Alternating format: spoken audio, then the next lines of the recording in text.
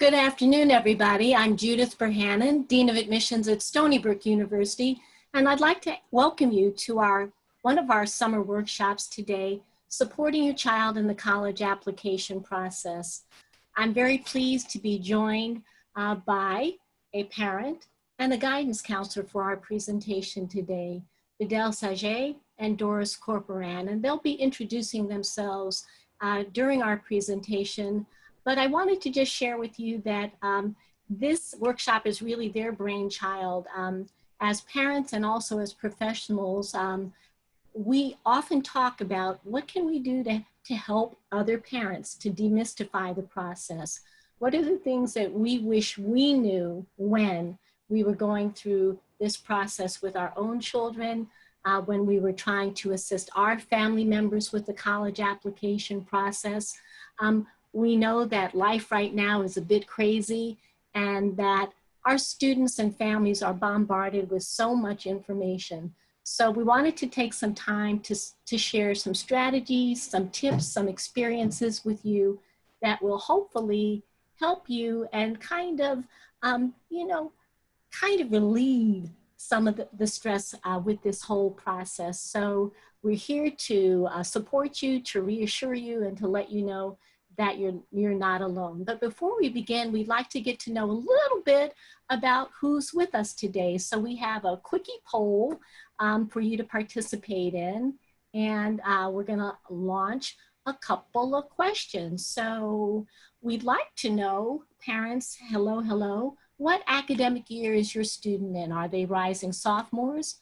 Are they rising juniors? Are they going for that big bad senior year? Is your student a transfer student or other? Okay, all righty. So just in, 86% of you here with us today have a rising senior, 12% have a rising junior, and a few of you have rising sophomores and others. So welcome everybody. No matter what grade or stage your child is in the process. So question 2, where are you in the college search? And when we say you, we're talking about your family, because we see this really, that parents are really partners in this process. It's, as you know, just so important. Your student needs your guidance, your support, and okay. Just over 50% of you have gotten started up. We've looked at a few colleges. Great, 26%. This is your first time looking. Great. So hopefully this will be very helpful for you in terms of a guide of what to look for, when to be looking, how to look, and what kinds of resources are available. And 18% of you have a clear, a focused kind of idea of what colleges your children will be applying to. And our last question. Okay, just where are you from? Are you New Yorkers? Are you from outside of New York or outside of the US? Okay, 90% today are from New York and 9% outside of New York. So welcome everybody. And without further ado, we'd like to begin, and I'll introduce again our parent presenter, Bedel Saget, and he is the parent of 2 fine young men, different college experiences, one of them an Ivy League graduate, and one of them a Stony Brook student. Hey, Stony Brook. So yeah. Bedel, take it away. Good afternoon, everyone. Thanks for joining us. And, we hope you get a lot out of this presentation. So as Judith said, I'm a Stony Brook alum. My name is Bedel Saget. I'm the immediate past president of the Alumni Association. I've been involved with admissions for many years. And I have the insight on both a private university and also a public university. And, I just want to share some thoughts with you that I went through this process. The one thing I want to stress is that not to make this a stressful experience for your kids. I know that's hard to do, but it's very important because it doesn't really have to be that stressful. So I'm going to start with going into our first slide, correct, Judith? Yeah, and before we begin, I'd just like to share with everyone that our admissions counters are behind the scenes, and you can chat with us throughout the session. Individual questions are welcome, or any of your questions are welcome. So we're also here for you in the chat box, and we'll also be addressing questions at the end of the presentation. So we'll again open up our presentation. Are we all set? Great. Okay, and we'll advance to the first slide. Yeah. Okay, so where do we begin? It's important to help your students understand and explore their personal and academic strengths, talents, and interests. You probably been doing this, since they were kids. So it's something you should continue doing. And how you do that is provide them any type of access to whatever their interests are. So starting with the college search process, these are factors every student and family should consider. One is the academic programs and reputations, location, size, campus environment. With that point, I found the process going through the process twice, and I guess it also depends on your child, but I think we make too much out of the college experience, saying that you have to know what size university you want. Do you want a rural location? Do you want to be in an urban environment? My brother went to university in Manhattan. I went to Stony Brook. If you ask both of us, he would say his was the ideal college experience. I would say mine is the ideal college experience. So I think our kids have the ability to adapt. So if they know what they prefer, that's good. But I wouldn't stress them with saying you have to find out, all these little details on what your college experience should be like. Focus more on their interests and what they plan to get out of the college experience, whether if they want to study a particular area of study and things like that. Academic requirements and selectivity, that's something to kind of educate yourself on. So you know exactly where you stack up in terms of what the university's requirements are. And how selective is it? So in the process, and we might go over this later when Doris presents her talk, but it's also important to understand and make this a good experience for your child. So your child should have reach schools, should have target schools, and should have schools that they know they can get into. So understanding selectivity process will help you and your child understand what's the likelihood of them, getting into this university that they've chosen. Costs and scholarships, financial aid opportunities, that's very important because you really need to know the landscape of what to expect and stuff as parents who will most likely be paying for this. One thing I found that was helpful is my wife basically made a spreadsheet, Excel, all the universities that my children were interested in, what the requirements were, deadlines, all kinds of things, financial aid. So I think that could be helpful to have everything in one location, so you know when the application deadlines are, what's required, and you can even use that as a checklist. Also, have we sent in the required essays? Have we sent in the recommendations? It's good if you keep all that stuff centralized. Opportunities outside of the classroom, internships, athletics, study abroad. That's very important because nowadays I feel most schools offer internships and and study abroad programs. So that shouldn't be a problem, but it's never too early to start talking to your child about that, to see what they're interested in, if they would like to study abroad.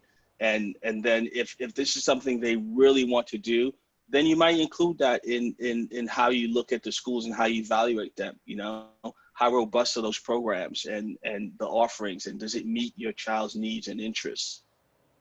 Cultural and social environment, that's also important. And you will most likely get that from visiting the campuses, but also you can do your research online. There's all these guidebooks that kind of take student feedback on the experience, the atmosphere, and things like that. So that's something that is very important to do. The one thing, okay, we can move on to the next slide. Preparing through the high school years. Okay, this is a really important slide. One, of course, you have to focus on building a strong academic foundation. And one thing I found when I went through the process, we didn't start visiting schools until late in our junior year. And the second time I went through it with my younger son, who's at Stony Brook, I noticed that there were parents there with students, and these were for more like the reach schools. And I think this is very important. Parents were visiting in ninth grade, you know, as freshmen, they were taking their kids to visit. And I think what this helps to do is if your child knows the landscape in terms of what's required, by going through the process, you know what's required academically, what type of students they're looking for. It could be a goal for your child to know, okay, wow, I have to get my GPA up to this amount if I want to go to this university. So sometimes our kids need tangible goals to kind of, you know, use as benchmarks. So that's very important. Supporting and encouraging your student to challenge themselves to their full potential. Honors, advanced placement courses, college courses. These are wonderful things, and this speaks a lot to your child's potential in college. I think colleges look at that if they've taken AP courses. The one thing I would say is try not to push your child. And I went both routes. So one of my younger son, who was on the track and was taking, like one semester he took like 4 AP courses. And it was a little too much for him. So he didn't do as well. So the next year we scaled it back to 3, because why continue this rigor if your son is not being successful? Well, what that did, I believe, that hurt his chances in terms of getting into the highly selective schools, because it doesn't show either steady improvement or increase in rigor. So you have to really be careful of that, not to push your child too much and go at their pace, because taking an advanced placement course is great, but you also have to do well in it. Assist your students to explore and learn about careers. That is so key, because when you arrive in college, the workload may be more. We have all these what I call weeding out courses, where you're in this big lecture hall with all these you know, other students and things like that, if you're into the sciences and the maths. And sometimes knowing enough about the career and having had the ability to talk to someone who's a professional in that career helps the child understand that, okay, this is just something I have to get through. My goal is to become a lawyer, to become an engineer, or something like that. So they don't see that as an impasse. It's just, okay, this class is a little difficult. I just have to work harder because I've been with an attorney that day, or I was with a physician that day, and this is really what I'm passionate about. So exploring and learning about careers is very important. Maintain the balance between academic demands and extracurricular activities. That's very important, because universities and colleges want to see a well-rounded student, okay? So if you don't have that balance, then I think that may hurt your chances. Encourage and support involvement in internships and work experiences. That speaks to what I was talking about before. Any type of work experience and knowledge that they can garner from these experiences will only help them by motivating them, by helping them see that, yes, they're on the right path. Yes, this is what I want to do. Utilize high school and online resources and build academic skills. It's very important. There's so many resources out there, and your guidance counselor is one of the best resources to build on, and just searching the web. And I think we will provide at the end a bunch of resources that can help also. I'd like to just say one thing about the college essay and that application process before we get to it. And I think it's important for us as parents to be involved. And when I say involved, you have to let them write it themselves. They have to write about what they want to write about. It's, you know, a lot of times I believe in the application process, the essay is very critical, because that really helps the school or the admissions person decide why should they give that slot to your child over the 25 or 30 other kids for that freshman slot, okay? Because quite often, you know, your son meets the same criteria, has the same grades, has the same test scores. So that's where your child can speak to why he will be a good citizen, what's unique about them. So I find that through talking to parents, quite often they leave it up to the English teacher to okay it, and then it goes out. I don't think that's the right way to go, because your English teacher, and I'm generalizing, okay? The English teacher is gonna correct for grammar and things like that. You as a parent know how special your child is. You know, as they were growing up, the things that make them unique, make them special, stories they can pull into whatever essay they're writing to show their individuality, to show their compassion, just all the things that make your child special. So it's important for you to be involved in that process, help your child remember those instances where they can show some of their personality and things like that. I think next Doris will. Yeah, excellent points to segue into the college planning. Okay.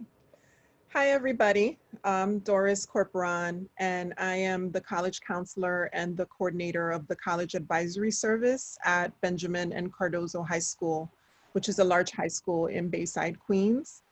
I've worked with high school students to help them prepare for college for the past 17 years, so I absolutely love this work and I'm very passionate about it.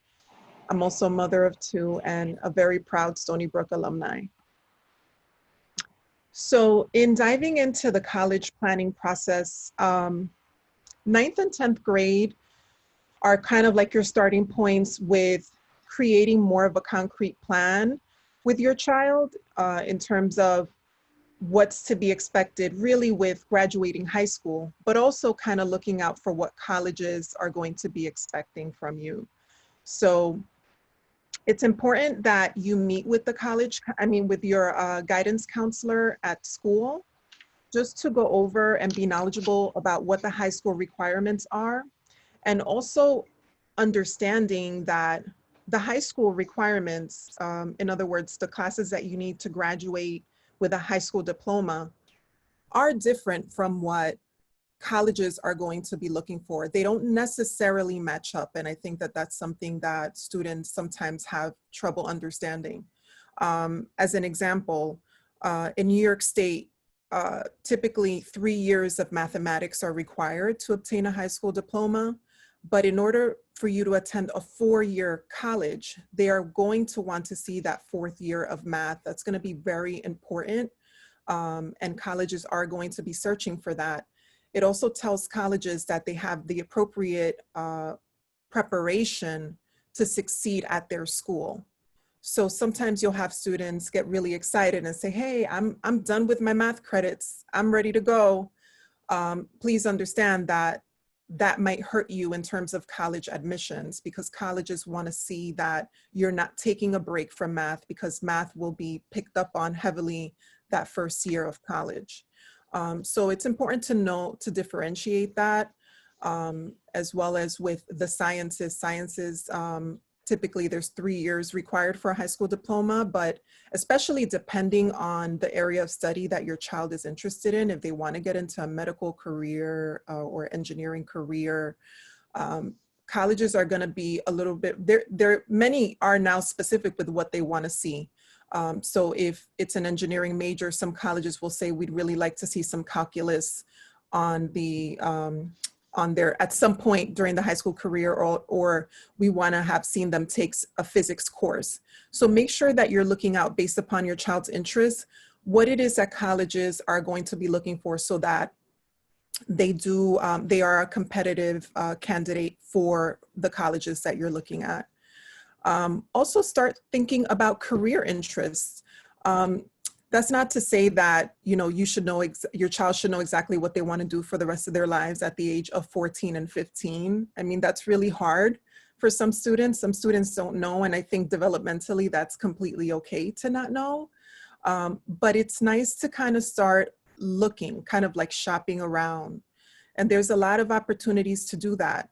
If your child expresses an interest in a medical field, I'm sure that your child has a pediatrician. Can they do a little bit of clerical work for the pediatrician? Do they have family members that are professionals in certain areas that sort of interest your child? Maybe over the summer they can kind of shadow or, you know, pick up a little part-time job and see if that's something that they see themselves doing.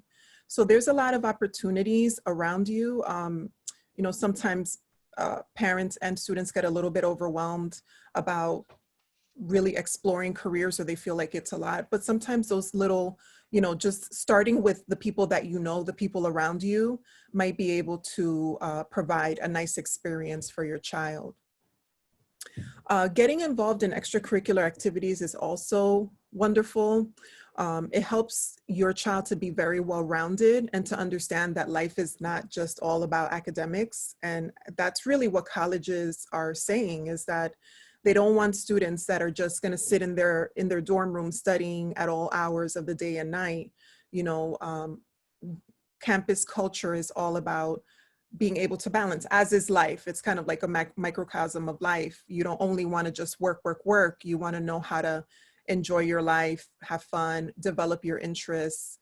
So it's really a good idea for your child to start picking up some clubs at school, or providing service in some way, you know, helping. There's so much, of course, in terms of avenues for helping right now, especially during our pandemic, and our ability to do it virtually.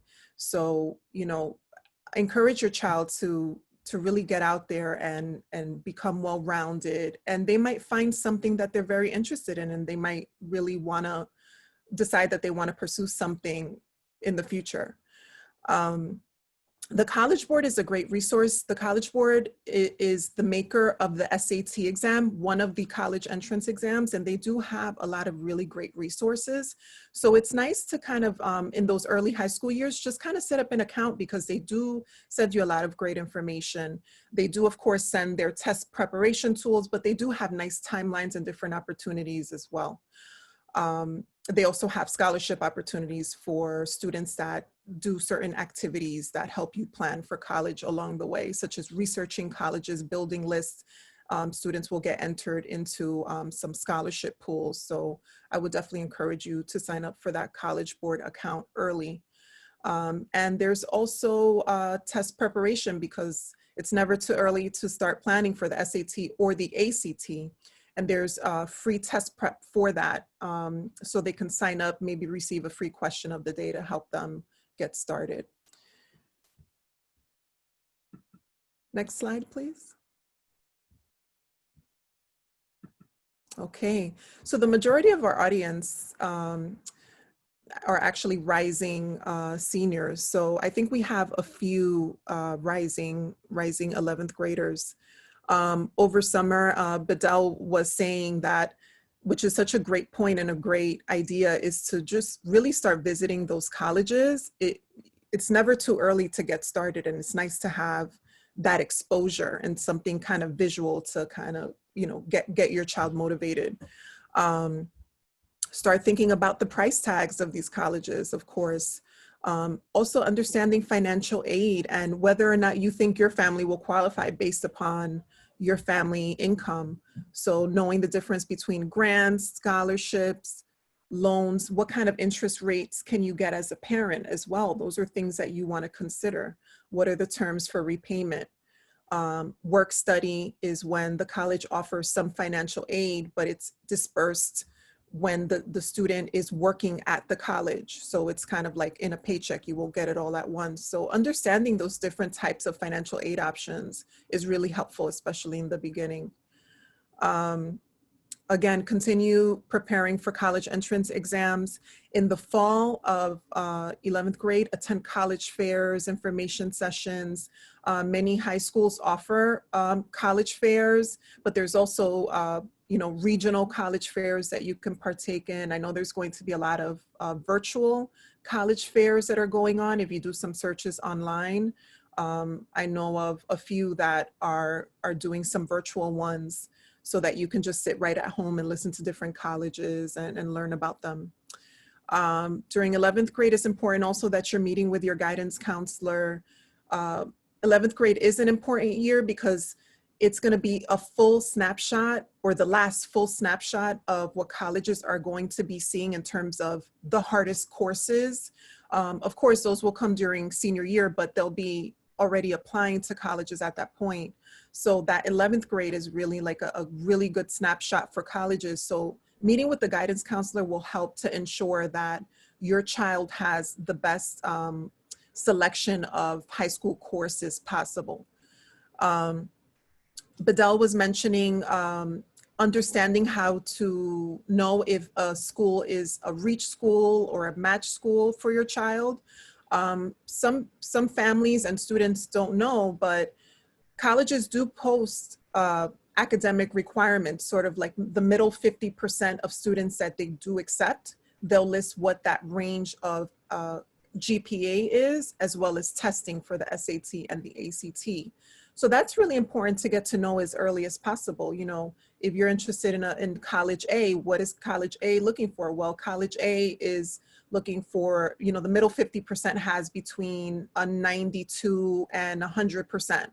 So it kind of gives you an idea of where you need to be at and what you need to do, as well as with your grading. So that'll help you map out a nice healthy list of schools for yourself. You know, some match schools where your child definitely falls within that middle 50% range. And then the reach schools are the schools where your child doesn't quite make it, but might be a little bit close. So you might want to add that school to your list. You want to have a nice, healthy and balanced list of some reach and some match schools. And then also, this is very important, and I know for the rising seniors, that colleges are indeed looking at all 4 years of school. Even though at the time of application, they'll see the first 3 years, there are 3 separate points in which high schools are going to be viewing your grades during the senior year.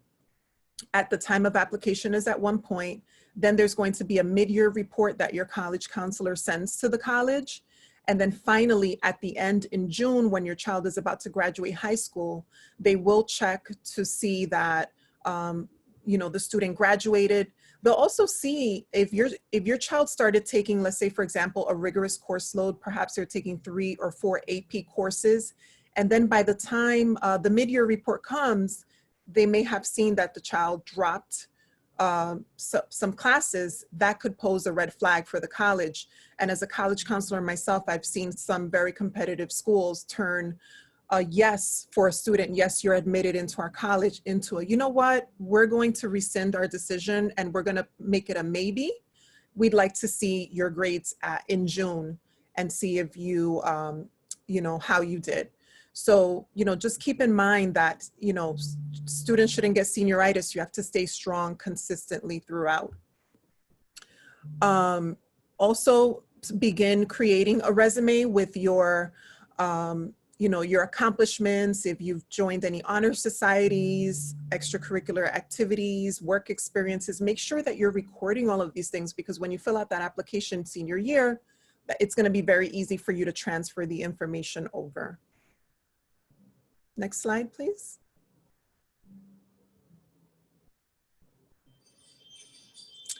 And for our rising seniors, this is where you really want to finalize your college list. You can prioritize them. Like, for example, in New York, we have the CUNYs and the SUNYs, so our public colleges and our private schools. Some families decide they want to go purely public. Some families want to do a little bit of a mix, and that's okay. But it's nice to kind of have that list kind of finalized over the summer, so that once the fall hits, senior year, you're off and running and starting off on those applications. Also, you'll want to work on that college essay.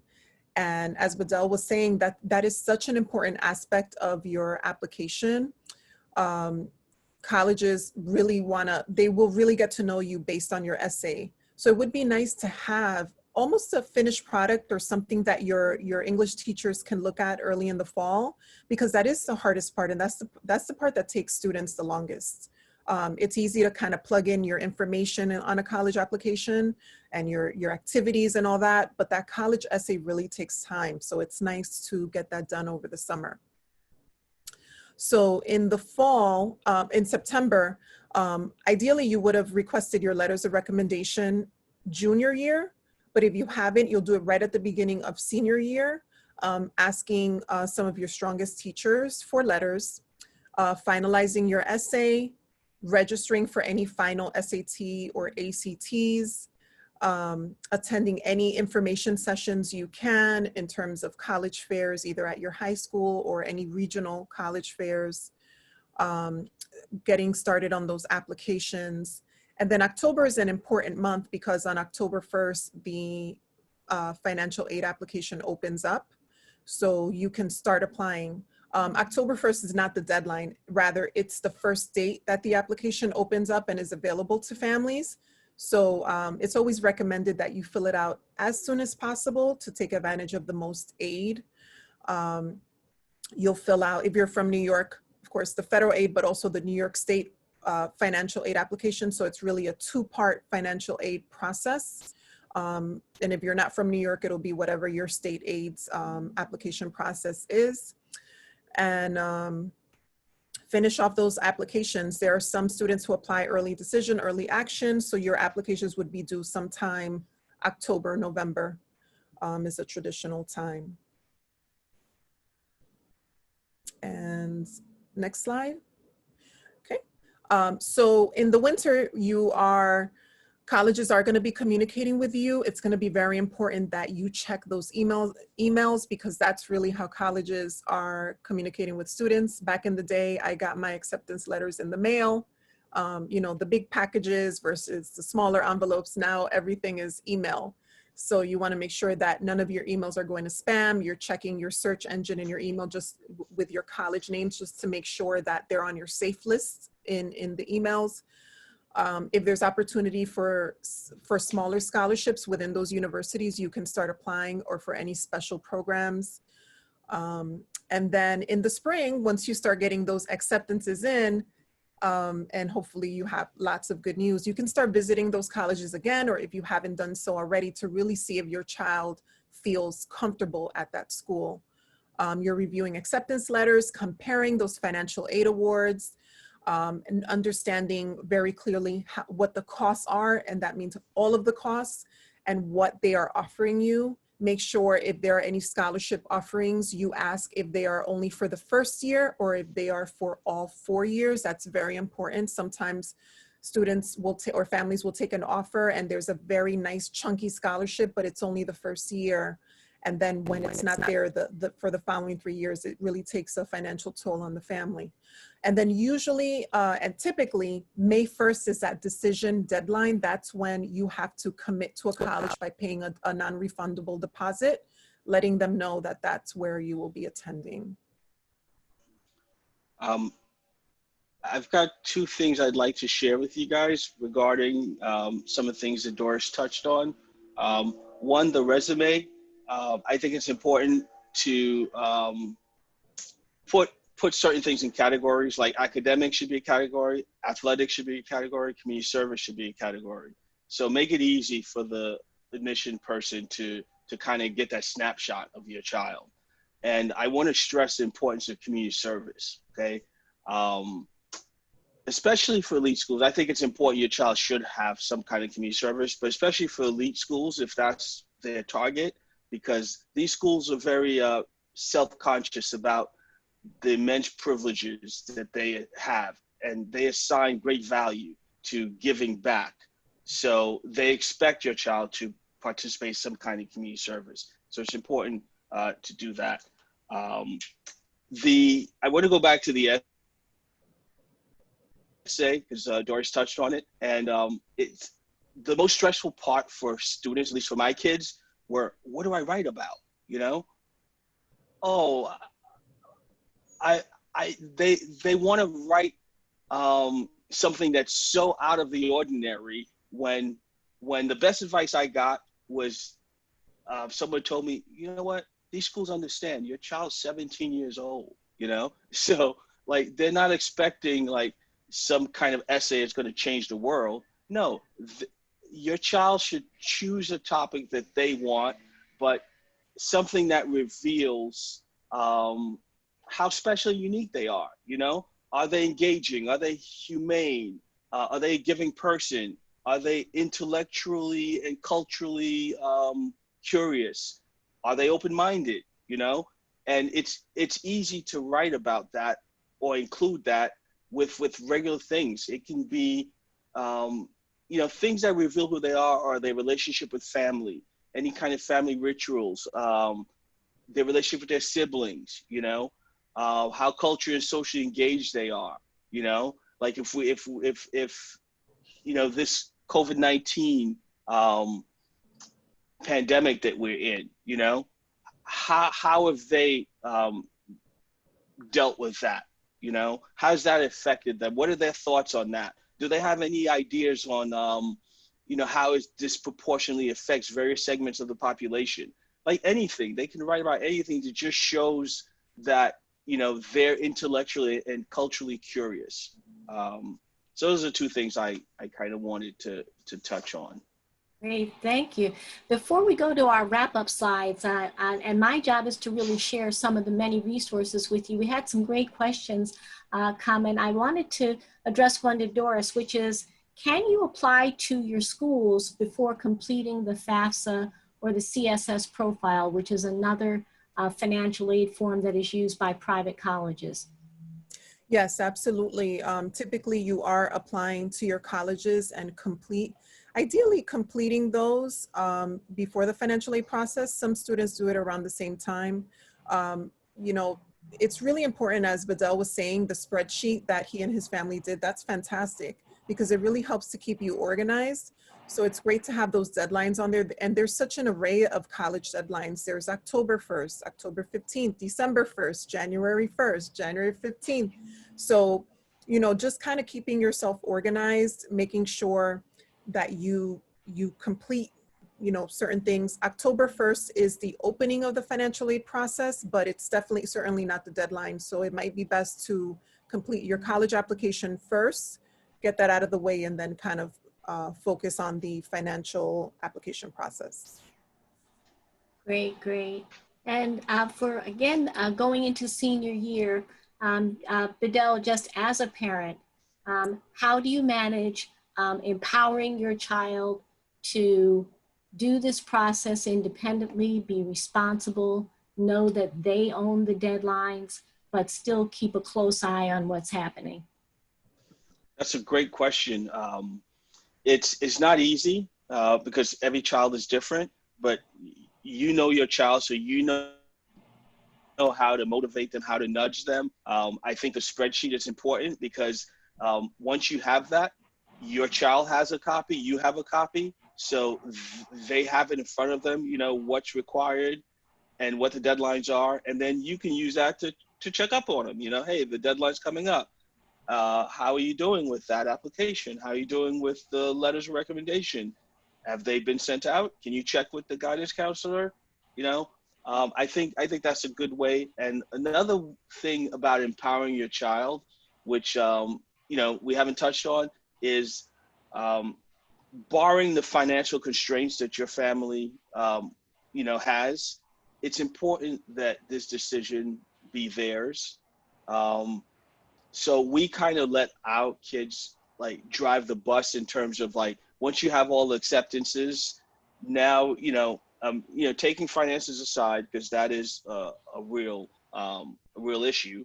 Um, but I think what that helps is that gives them ownership of the process, and no matter what happens going forward, whether they run into some difficulties or they have to buckle down and really work harder than they've ever worked, it gives them ownership of the process, saying like, well, I chose this school, you know, because quite often, and I've heard this from parents, the child will say, well, you know, yeah, you guys made me go to the school, you wanted me to go, or whatever, you know. So I feel that's very key from anecdotes I've heard from parents, that if the child has ownership in the process, then it becomes his issue to deal with, and it can help him get over any type of obstacles because they wanted to be there. They chose that school because there was something to that about that school that spoke to them.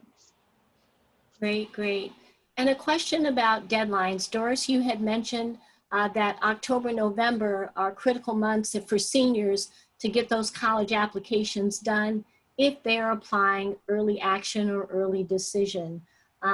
Could you talk a little bit? And I just wanted to share for all that there's another type of plan, which is rolling admissions. Stony Brook University is a rolling admissions school. So as students apply and complete their applications, we admit and continue to admit until our class is filled. But early action and early decision are plans that have specific deadlines for submitting. Can you talk about the difference between the commitment that a student and a family make when they're applying early decision versus early action? Sure. So early decision and early action are similar in that the student applies early and receives an earlier notification from the college. They know whether or not they've been admitted. However, with early decision, that is a binding arrangement, which means that if your child applies early decision and they are accepted, they must attend that school. Early action is more flexible. They will apply early. They will know early if they were accepted. And if they are accepted, they are not bound to attend the school. They can still change their mind and decline the offer. Something to be aware of in terms of early decision in that it's binding is that if your family does not receive a good financial package from that school, let's say the school is around $80,000 a year and the college accepts your child under early decision and says, well, we can probably provide you with about half, you'd have to be comfortable, you know, with, as a family financially, with whatever the college may or may not offer you. I would like to point out that there is a net price calculator available to families, which is a great tool to figure out an estimate of what you would be paying based on your financial situation within your family. So that net price calculator, and you can simply Google that. There's so many tools out there. And some of the colleges have net price calculators on their websites. You can have an idea of what the college is going to cost you. And they're saying that, it's some very close to accurate, so that you have an understanding of what that would be before you decide to fill out a binding college application. On that note, I would suggest that every student applies early action to at least one school. Um, that's what I did with my kids, and my oldest really fought against it. And going back to the question before, like I said, you know your child, so he wanted to wait till the end to do all the application at one time, and I saw that as a recipe for disaster. So since you're going to apply to these schools anyway, why not do one of them early and get that out of the way? And it also helps you understand the process, get more practice at answering the essays and things like that. And what it does for you also is that if you are accepted, because, and notice I said early action, not decision, because it's not binding. So in essence, your child can basically put that acceptance on the shelf and say, okay, now this whole process is a lot less stressful because at least I know I can go here, and then continue with the application process. And I think both my kids, they fought me a little on it at first, but they were very happy that they did, because it's really a stress reliever. Anything you can do to help relieve the stress, I think you should. Okay, just to elaborate a bit on the early decision, early action, and rolling admission, a question is, if you apply early decision and you don't get admitted, can you apply for rolling admission? Or what happens if you apply early? What could the responses be? What happens when you apply to an early decision plan, but that school isn't ready to commit to you or offer you a seat that early? So it really depends on the college. Colleges have different policies, so I would definitely check. But they will typically let you know in your response whether or not they have, in some cases, they will say no and that's it. You're pretty much done for that school. In some cases, they may say that they will, they said no for early decision or early action, but they will place your application on the regular admission pile for you to be reviewed at that point. So it is different for different schools. I would just, double check with their early admissions or early action policy on their website. Great. I'd like to jump in now and just kind of provide some insights from the college admissions perspective, from the side of the house, from your home to your high school and the work that you'll do with your high school college counselor and college advisor. And then once that application goes out, our perspective as college admissions officers and administrators regarding some of the points that have been touched on this afternoon. First and foremost, please review and take advantage of college websites to learn specifically about the programs, the academic programs of interest to your student, and whether or not there might be special requirements for certain majors or specific programs.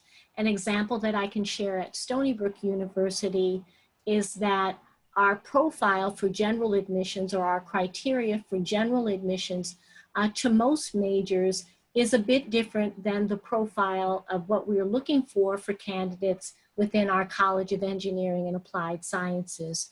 So a student who might be applying for psychology or social work or business is not required to have calculus and physics completed in high school. A candidate for one of our engineering programs needs to have the 4 years of math and science, but specifically calc and physics. So that's something in doing research early on in that sophomore year and junior year you can learn. So if your child has a specific interest or goal or career direction that they're pursuing, you're going to want to look and find out, are there special or additional requirements for some of the programs that we're interested in? Okay, early action, early decision, rolling admission.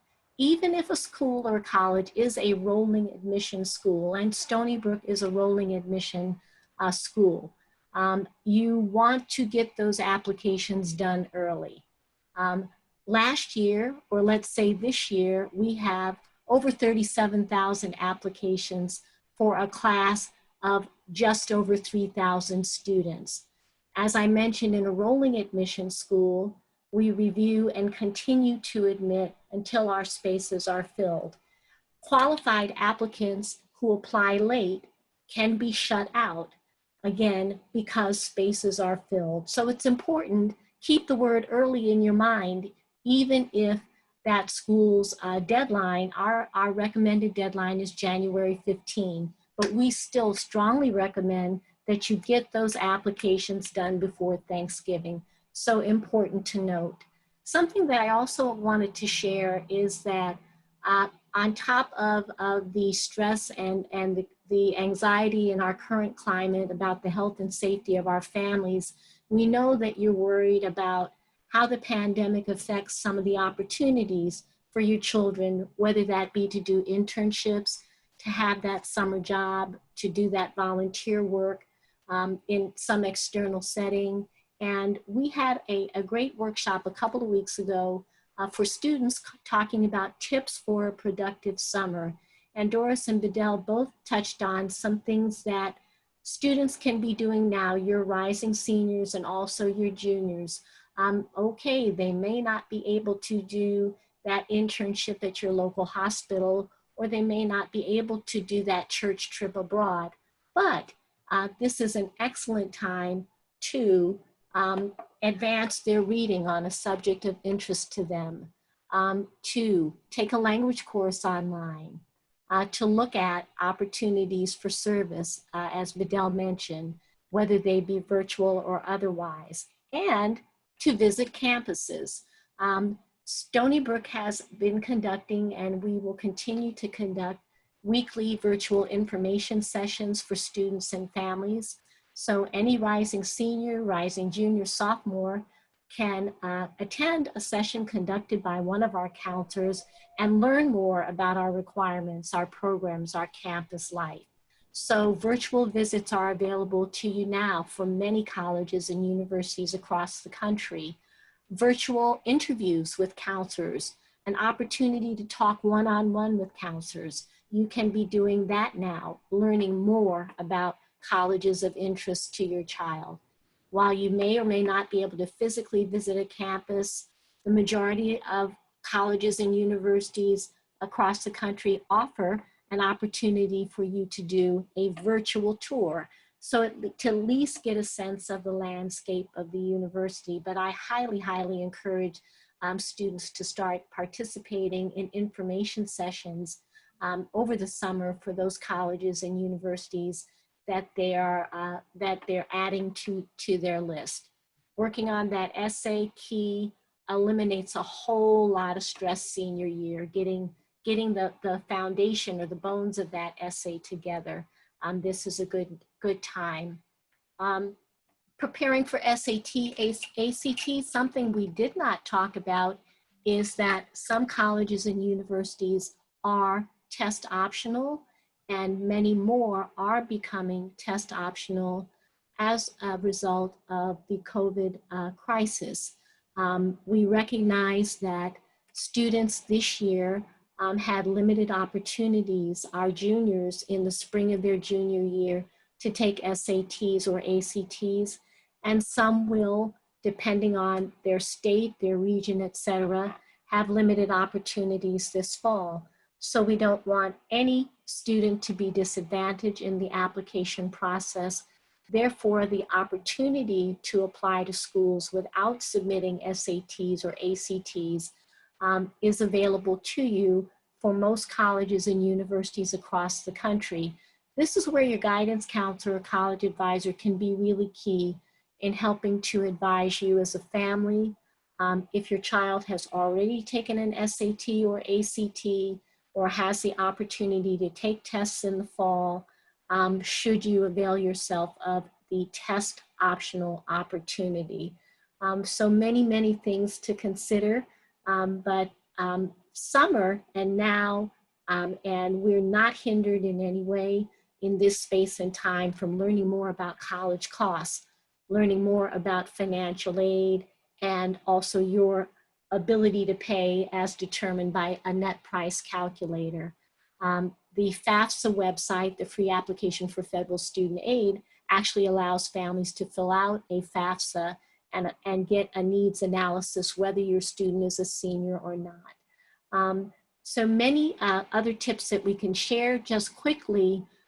We have a multitude of websites and links that are going to be emailed to all of you, whether it be related to test preparation, how to do a college search, scholarships, information for career exploration and athletes, and also some Stony Brook specific websites that will take you to opportunities for your students to connect with us on, to attend an information session or virtual tour, or for one of our upcoming special sessions. And for the rest of the summer, we will have some special topics, whether that be about pre-med or pre-health, studying tips, how to be an effective student in an online environment, and also many other tips and resources that we can share for you.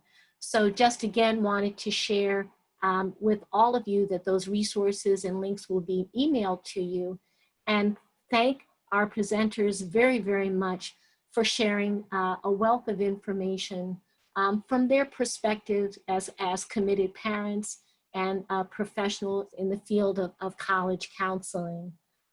If you didn't get your questions answered, please connect with us by emailing enroll@stonybrook.edu, simply enroll@stonybrook.edu, or you can text us at 631-364-0455 and live chat with us Monday through Friday from 10 to 4. But again, I sincerely want to thank Doris Corporan and Bedell Saget for being with us, and thank you, parents. Remember, as Bedell and Doris said, to really breathe, work with who your child is, who they are, and don't compare, don't worry, and know that you are important as parents, and as their number one cheerleaders and fans. So we thank you again for joining us today, and be on the lookout for those resources. Have a good evening.